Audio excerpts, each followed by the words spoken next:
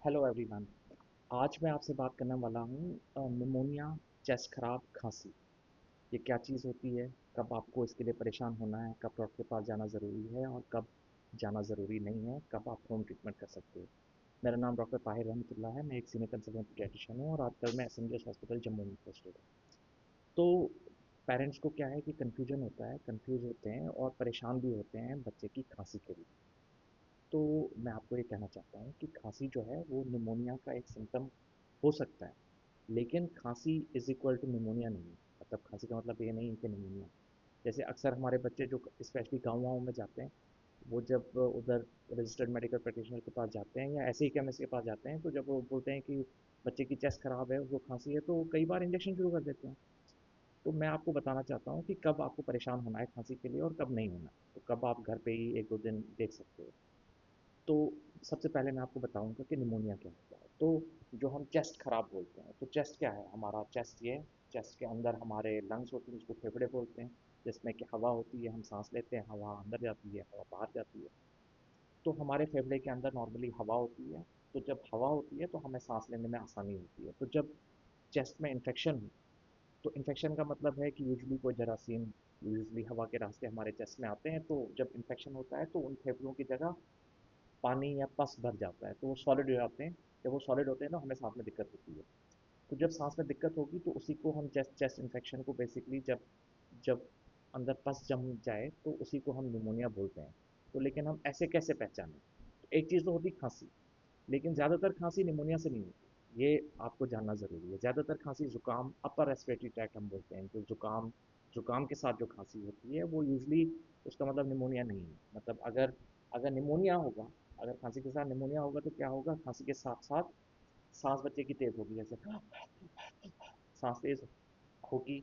या आप देख सकते हो कि बच्चे के कपड़े शर्ट ऊपर उठा के तो इधर इधर गड्ढे पड़ जाएंगे उसको। या इधर इधर उसकी सांस जब बच्चा ले रहा होगा तो नाक का ये वाला एरिया बाहर जाएगा, अंदर आएगा। या बच्चा जब सांस लेगा तो ऐसे ऐसे सांस लेगा, सर उसका हिलेगा जब सांस करते करते। तो अगर खांसी के साथ बच्चे की सांस तेज चल रही है, इधर गड्ढे पड़ रहे हैं, बच्चा ऐसे ऐसे सांस ले रहा है, या बच्चा सुस्त हो रहा है, या बच्चे ने खाना पीना कम कर दिया, या हर खाने के साथ बच्चे को उल्टी हो रही है, तो अगर खांसी के साथ ये सब चीज़ें हैं, तब आपको चिंता करनी है, तब आपको डॉक्टर के पास जल्दी जाना है। तो ज़्यादातर खांसियों में आप देखोगे कि ये सब चीज़ें नहीं होती है। तो तो आप अगर एक दो दिन घर पे स्टीम इनहेलेशन, थोड़ा गुनगुना, मतलब थोड़ा वार्म वाटर या कहवा वगैरह जो हम जम्मू कश्मीर में देते हैं, तो वो अगर हम बच्चे को देंगे तो यूजली उससे आराम होगा। लेकिन अगर दिन ब दिन खांसी बढ़ रही है तो भी आपको चिंता करना है। मतलब 2-3 दिन तो आप वेट कर सकते हो, लेकिन अगर अगर दिन ब दिन खांसी कम हो रही है, मानो आप ट्रीटमेंट घर पे कुछ नहीं कर रहे हो और खांसी कम हो रही है, तो आपको कुछ करने की ज़रूरत नहीं है, अगर बाकी चीज़ें नहीं हैं। लेकिन अगर खांसी दिन ब दिन बढ़ रही है, खासकर हफ्ते 10 दिन से ज़्यादा हो रही है, तो भी फिर और कोई वजहें हो सकती है, जैसे टीबी क्यों होता है, जैसे वैसे निमोनिया क्यों होता है, ये इन्फेक्शन होता है। इन्फेक्शन जरासीम से होता है। जरासीम वायरस भी हो सकते हैं, बैक्टीरिया हो सकता है, फंगस होते हैं। तो जो बैक्टीरिया होते हैं उसके लिए हम ज़्यादातर एंटीबायोटिक देते हैं। तो बड़े बार निमोनिया बैक्टीरिया से नहीं होता, वायरस से होता है। तो बहुत सारे वायरसों के लिए हमारे पास दवा नहीं है, वो उसमें एंटीबायोटिक से कुछ काम नहीं होगा। तो उस पे आप ऐसे ही एंटीबायोटिक मत लो। अगर ज़रूरत होगी तो हॉस्पिटल जाओ, पीडियाट्रिशियन से चेक कराएं। तो अगर ज़रूरत होगी तो वो एंटीबायोटिक देंगे। इंजेक्शन, अगर बच्चे को सिर्फ खांसी है और बच्चा घर पे खाना वाना खा रहा है, तो यूजुअली इसका मतलब इंजेक्शन की ज़रूरत नहीं है। बाहर केमिस्ट से या रजिस्टर्ड मेडिकल प्रैक्टिशनर से बाहर इंजेक्शन नहीं लगाने चाहिए। अगर बच्चा इतना सिक है कि उसको इंजेक्शन की ज़रूरत है, तो इसका मतलब बच्चे को हॉस्पिटल जाना ज़रूरी है, उसका ऑक्सीजन लेवल वगैरह चेक करना पड़ेगा। ठीक है?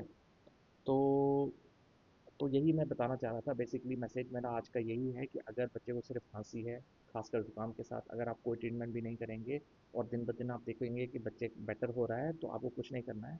धीरे धीरे बच्चा ठीक हो जाएगा। लेकिन अगर आपने देखा कि खांसी के साथ बच्चे की सांस तेज चल रही है, सुस्त हो रहा है, खाना पीना नहीं खा रहा है, तो फिर आप प्लीज़ डॉक्टर के पास जाएं, फिर आप देरी ना करें। ठीक है? और इंजेक्शन घर पे ना लगवाएं, केमिस्ट से ना लगवाएं खुद ही, जब तक कि पीडियाट्रिशियन चेक ना करे।